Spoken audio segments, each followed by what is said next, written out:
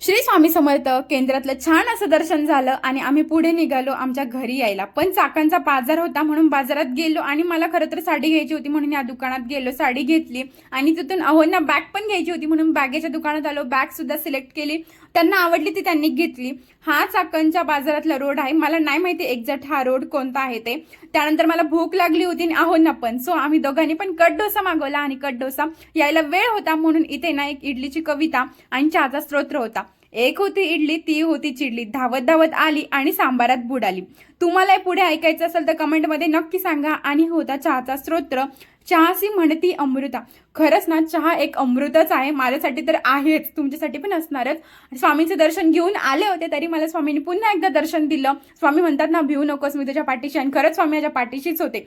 आमचा ना कटडोसा आला होता, आम्ही दोघांनी मस्त एन्जॉय केला. या तुम्ही पण एन्जॉय करा. व्लॉग आवडला असेल तर कमेंटमध्ये नक्की